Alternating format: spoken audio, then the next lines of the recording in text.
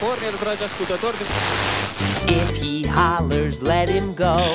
Your needle doesn't move. Hit your opponent's next throw. 300 rounds in every game. They were all of them.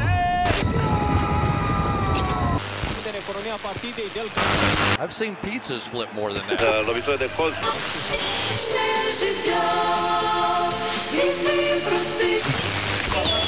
Broadcasting live from Word Nerd Wednesday. Okay, go. So, hi, welcome to Word Nerd Wednesday, where we go around the world with language. I had a request a few months back, and I'm pretty sure this homie who made this request thought I was never gonna get around to it, but I got you, Renee, because I'm getting around to it right now. Happy New Year. So the request was to discuss the word decide, a great word, a word that is probably overutilized in some ways and underutilized in other ways, like any other word. Decide is a verb. Late 14th century is when it came into English written language, and at that time meant to settle a dispute. It is from Old French, decider, from Latin decidere, to decide, determine, not really informative considering the word is decide. So the fact that decide means to decide tells us nothing. So let's go further. Literally, to cut off, from de, off, Latin, and cadere, to cut, which interesting because cadere, well, it's spelled C-A-E-D-E-R-E, but the pronunciation cadere is also related to cadaver, right?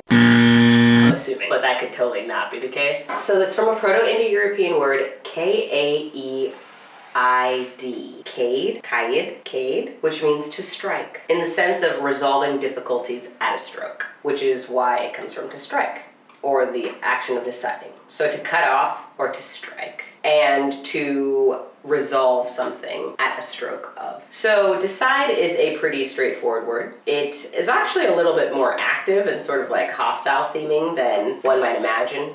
Decide might seem like a neutral statement or a neutral word, but it's actually more of a decisive act. People think maybe deciding is something that you do as a result of not being able to do anything else. Like it's the thing that you're left with, the decision that you are, that remains, the thing that comes out and appears to be obvious and recognizable. Basically kind of what you're left with. I think people use decide or imagine decide works more like dregs. Almost like it's not a positive or affirmative act to decide, and more it's like the thing that you're left with or the thing that you have to do. But I think decide has a much more positive connotation, even though the definition is technically to cut off or to strike. It made me think before I had started filming, it made me think of to strike while the iron is hot, to make a decision at the necessary time. Strike isn't necessarily just a word that means to sock somebody in the face, although that's also where my mind goes at first.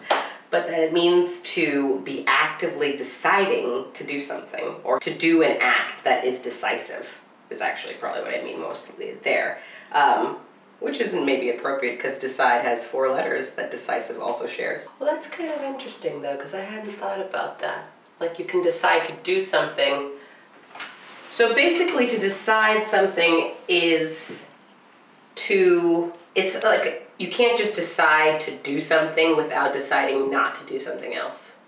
That seems to be what the word is saying, right? Because it means to strike or to cut off, but to strike against something or to cut off doing something would imply that something else was being done. It's not like to decide is just to implement something for the very first time. It's to transition. Decide is a transitional word from going from one state to another. To strike a particular behavior in favor of another, to cut off a particular behavior in favor of another, is what decide seems to imply from its origin words. And to cut off, well, I guess if you cut something off in the process of deciding, you're cutting off the deliberation. So the deliberation comes to an end because you come to a conclusion, whether temporary or long, that states that basically you are going to cease doing something, or choose to do something and therefore cease to do another thing. Because a decision can either be to take something on or to take something off, as we discussed with strike.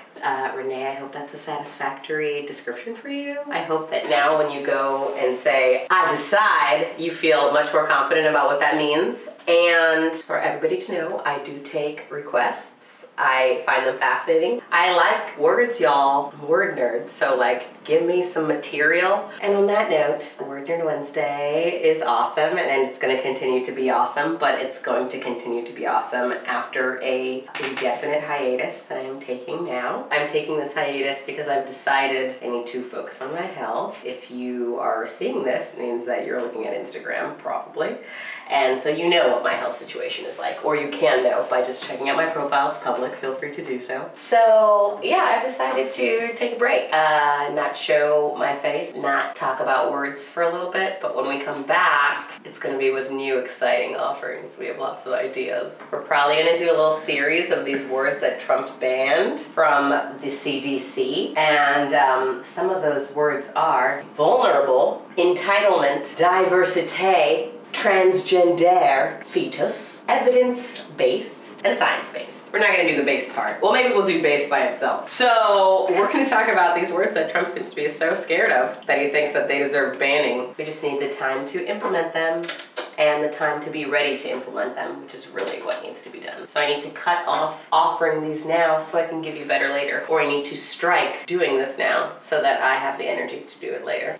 That is all. I think you can tell that I am fatigued and that I need a break. So I'm gonna take one, guys, because I don't even know how to end this video except to say I've decided I'm ending it. Thanks for tuning in, guys. Happy 2018. Bye!